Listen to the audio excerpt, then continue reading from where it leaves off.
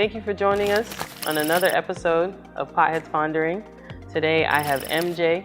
You've seen her with us for the Rising Brand segment, but we wanted to get into a subject matter a little bit more complex. And so I think we're gonna hit a few different things. Being a woman-owned brand out here in this cannabis industry isn't easy. You know, at the base core, if you think of the legacy market, you were buying from your homie either because his product was better than everyone else's or the price point was better than everyone else's. He was consistent, or he really just was a listening ear. You felt that your homie knew you.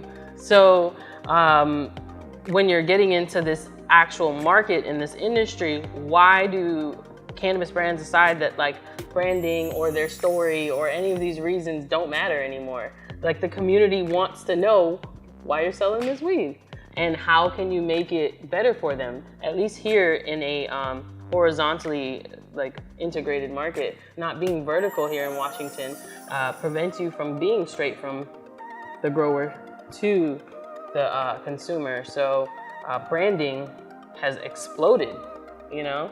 And I think you're ingenious for starting with your brand, finding your community first and then working back to a product. You started on social media, like Instagram? It was social media, Instagram. Started by telling my story and asking for other women who wanted to share their stories and be featured on my page. It kind of grew, and I started to make t-shirts, and I made jewelry at one point. I eventually got into CBD, so I made CBD creams, tattoo creams for healing. I made CBD capsules, and that I did for a little while because I eventually, like I said, wanted to sell more medicine for people. And so it's kind of grown from these smaller businesses into this, what we have now as Flower Girl. So it's definitely been a lot of work, and it's not something that came overnight, for sure. It did not fall in my lap overnight. It worked really, really hard to get here, and I've fought really hard to get here. Right. And when you say you had to fight, like, what are some of the battles that you faced that on a grand scheme that you think other women might face? So let's give them a heads up. Well, ultimately, the first one was, you're really only going to market to women. That was a definite, judgment right away of like, you're cutting off half your demographic. Why would you do that? And if you've seen the research that I have, women are the fastest growing demographic in the cannabis industry. Talk about it. We have literally risen by 50%. And if you look at the charts, which I recently looked at, we are almost equal to men as far as the consumption of cannabis. And that is the first time ever. So I think we're making some huge moves. I think having a female brand on the shelf for us to kind of relate to and to see ourselves in is really important, because a lot of us use it for medicine. I absolutely do, every single day. I was diagnosed with PCOS this year. I have an 8-degree curvature of my spine, which leads to discomfort on my lower half often. And then they threw a mental health diagnosis on top. And so weed, since the age of 14, has got me to where I am. And I am grateful that that's talking about this plant, because it saved my life time and time again. And knowing that there is a woman-owned brand out there that wants to spread the message of like using it intentionally in their life, and for the ailments that, like, if you look at human medicine, there is not enough knowledge about like women reproductive systems. No, not at all. They can tell you everything about the penis, just to be quite frank, like they can. But it took me to being 33 or almost 33 to get diagnosed with PCOS, even though I was experiencing these same symptoms, because the idea in society is that a woman is like, if you experience pain every month, that's regular. Yeah, and it's not normal actually to have really uncomfortable PMS cramping like that. It's not normal. And I think we're missing a lot of things. A lot of our environments and things that we're doing are hurting our female bodies, and we don't even realize it. So I think education is very, very key. Yes. On all levels. And if you're a woman, you should learn about your body. Yes. And I found out by going to, an educational seminar that the uterus itself has more receptors for THC, and that can be a good thing or a bad thing right now based off of the research. So staying on top of your health and seeing a gynecologist regularly, Absolutely. like it matters. And if you found out that everything's clear and you're having symptoms and you want to try to, find some relief, there are plant and natural based methods that you can try. No smoking is required. No, there's ingestion. You can have, there's tons of topical creams with THC in them and non-THC, which is just CBD, that can be really beneficial for females and cramping and breast tenderness and all kinds of stuff. So. Right. Oh, man. We all been there. Right. And we never get our shine, I feel. We're just expected to be cheery at work when my entire body says, I hate life. I want to be horizontal, and yet we are expected to show up. And if it takes me spending 15 minutes in my car chiefing this joint so I can put on that smile, you better let me do it. You better let me do it for the peace of, It's 5 minutes, I'm good. Yeah, 5 minutes and I'm back to work. So, sorry, just getting a little bit into different ingestion techniques. I remember you saying that you loved your RSO. That's your most favorite product. Can you tell me why folks out there watching the show can consume this product? Sure. So RSO is a cannabis oil from the whole plant. So the whole plant is kind of cooked down into this oil and you get all the good cannabinoids in it. And it's really awesome. It's an amazing blend. But it usually comes in on a syringe, just like this. And then if you're somebody who's just started taking it, a little rice grain size on your tongue or a marshmallow or cracker or whatever, and then ingest that and kind of see what your body reacts to it and see how much, if you need more or less, you'll figure it out. Right. Another option though, which I really like to do instead, is actually cook with it. So you can add this into literally anything that you cook with for the most part. Stop it, before or after cooking? During. Okay. Like if you're baking, you heat this up in the microwave, get it kind of nice and runny, and you add that in with your wet mixture. Oh. And then you have edible cookies. That's how you make those bomb cookies. Yeah. I now understand, because I've never figured out how to put RSO in it. I thought you had to have a butter or an oil. No, and that is the beautiful thing about this. It's already activated, so it doesn't have to be heated up to work in your body. It's already activated. Heating it up to put it in the food is just so it mixes in well. And it doesn't degrade the THC by heating it up? No. Okay. No, it doesn't hurt it at all. Right. But it's great. It's great for so many different reasons. One of the reasons why I use it is it calms the nervous system and the smooth muscle of my esophagus, and that is super beneficial for me with my issues that I have. Right, yeah. But I know a lot of people have a lot of nerve issues, and so RSO is probably the first thing that I would suggest if you have any kind of nerve issue, is to try it. What it does is it kind of floods those nerve endings so that it's not oversending those messages out of pain. And if you want to flood those receptors up, it can calm the nervous system, and so that way it's not overreacting. Right, and not just how it does that is by enacting with your endocannabinoid system. Right. So that is what brings about homeostasis in your body, which is why cannabis can't be anything other than medicine when you say it interacts directly with the thing that brings calming to your human body. Yeah, and I know some people kind of get scared because it does have THC in it. You will feel a little bit of a high from it, but it's really beneficial. Right, yeah, and one of my customers, he was an elderly gentleman, he couldn't ingest it, so he put it on his foot bottom. Oh yeah. And it's because it was meant to be a topical when it was first created. Yeah, absolutely it was. Yeah. It was for cancer. Exactly. On the skin. And we talk about this on our, I think, Potheads Pondering 14 with Stone Jones. It was such a great conversation where we spoke about how to extract it. It's an alcohol extraction technique that can be dangerous if done at home. But as long as you play within the realms, you end up with a wonderful natural product. And like I said then, if you don't want to do it at home, go and pick some up and get to know the people that are making it for you. There's a reason why. It helps her. What you said in the video you created with your story that everyone should go watch. We'll link it into this video as well because it was moving. I didn't even think that was a possibility, and I don't know why. Neither did I, let me tell you. Right. Neither did I. I never thought you could have a swallowing issue. Right. So when it was happening, I didn't realize that's what was happening. And it took a while until I figured it out. And then now, because it calms your nervous system, you can eat regularly, like? For the most part, I still have, I've had a couple surgeries since the diagnosis, so that has helped a little bit, but I don't eat meats very much. They're a little harder to swallow, so it's just really like a texture type of thing. I just be careful of what type of items I'm eating. Consume. And I always have something to drink with me. Because I do choke easily. So if I'm drinking water though, I'm pretty good.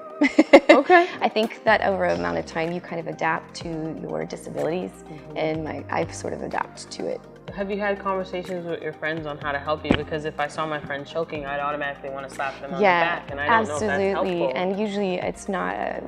We usually tell people don't touch me or do anything. I usually I have some medication that I can take if I get a really bad spasm attack.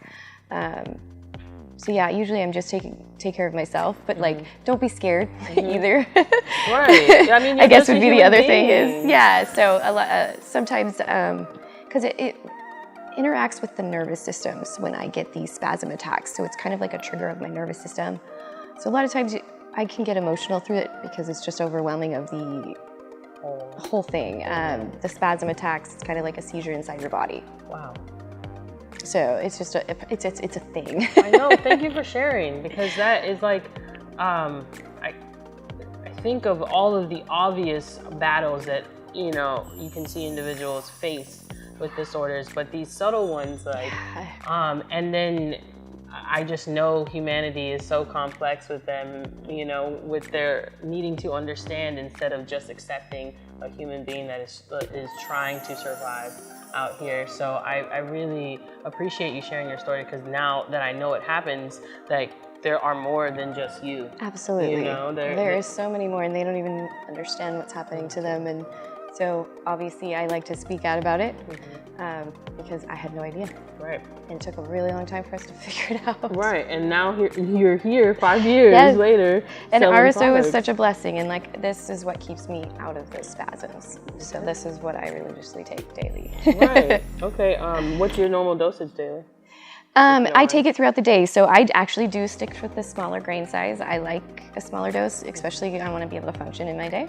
So I'll do a grain size rice size in the morning, I'll do one midday, and then one in the evening. And it just kind of consistently keeps my medicine going throughout the day. If I'm having a more difficult day, I will have more. Okay. Just depends on how I'm feeling. Yeah.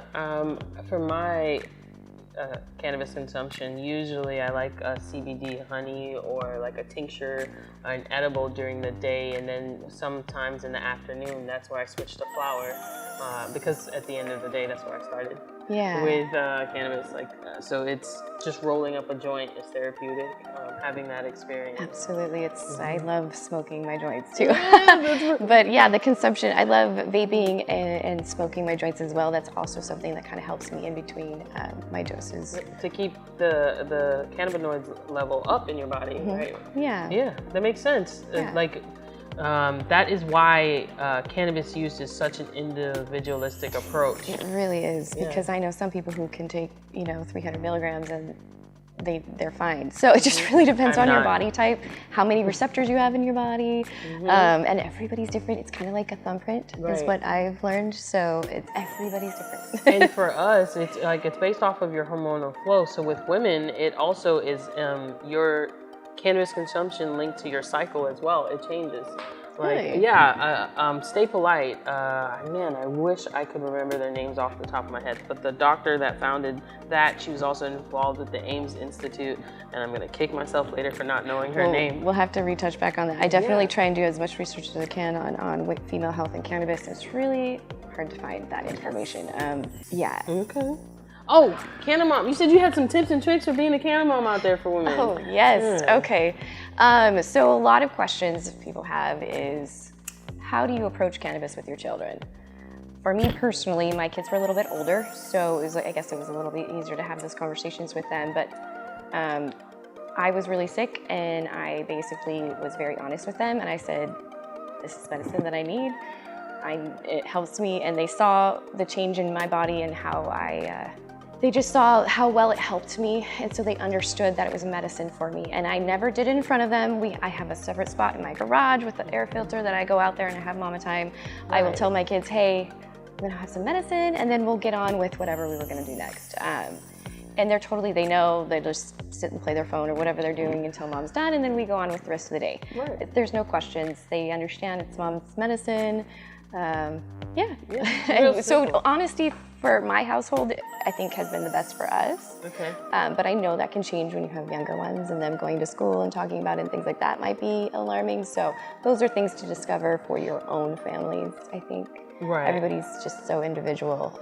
I mean, I think your conversation is a little bit more interesting than just that I'm having mom time, I'm consuming it. Now it's like, mom sells weed, what's going on? What's up? Right. I guess it has changed quite a bit, hasn't it? Right. I don't think the conversation's really changed much. I think that they know I am such an advocate for the plant, and I utilize it in such a big way, and it's so helpful for me in my illness, and they see it with the other women that it's helped as well. It's not just me and other people around, so it's not a question. They're actually really excited about it. That's what I love to hear. So you can be a mom that consumes cannabis honestly and openly and still have a wonderful relationship with your child. They're really proud, actually, to be like, mom has a weed company. You know, that is the end of where you could be from hiding your cannabis consumption use from all of those around you. You just have to decide, like, you're already smoking a joint, you're already lighting up, you're already breaking the rules. If you're gonna break the rules, like, why then hide the fact that you're breaking the rules? Just break them, bro. Yeah, be proud of who you are.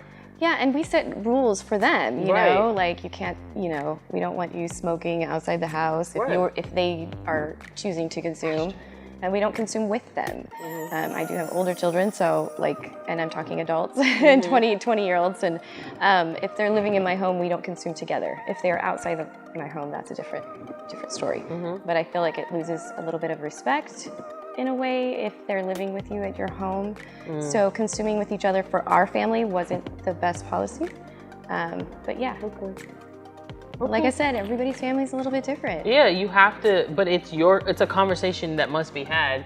As we've heard from Washington Budco's owner, Sean Dene, she didn't have that conversation with her young kid the second time, and that's when they had to close up shop, for real. You know, like in the early days, that and there was a big bust. So I do have a funny story, Talk actually. to me. I love to hear all the stories now. Oh, this is a pretty good one. Okay, so we are a legal cannabis company, and we make deliveries in our cars. And so my son he was in high school, but he had left his jacket in our vehicle, and the weed had gotten placed in the vehicle on top of his coat, not thinking about, because they're just boxes that are tossed in there. Right. And nobody thought anything of it. He went to school, he was gonna go to school the next morning, grabbed his jacket out of the car to take it, and then went into school. Okay. Well, shortly after he got to school, we got a call from the office saying that we needed to come down and exchange his coat. And they had, did all the whole drug testing thing with him, which he was not a consumer of cannabis, so it wasn't a big deal. And they'd realized, he told them, it was in my parents' car and they deliver weed. And so by the time we went into the school to switch out the coats, they were laughing. Everybody in the office was laughing at us. It was just the funniest thing, and I was so embarrassed. But that's only a story that this generation of children can have. You know what I mean? Like, yeah, my parents aren't a legal weed grow. Before, it would have been like, 10 years ago, a whole other story. Well, they called me and I was like, oh my gosh, we deliver weed. We're a legal weed business. His coat was in the car. I'm so sorry. Our apologies, man. That is lucky. So, that was a fun experience. Right. But the school is really great, and like I said, he wasn't consuming. It's our business. Yeah. And it needs to be accepted just like anything else. I understand them changing out the jacket. That makes sense. Oh yeah, because it smelled super strong.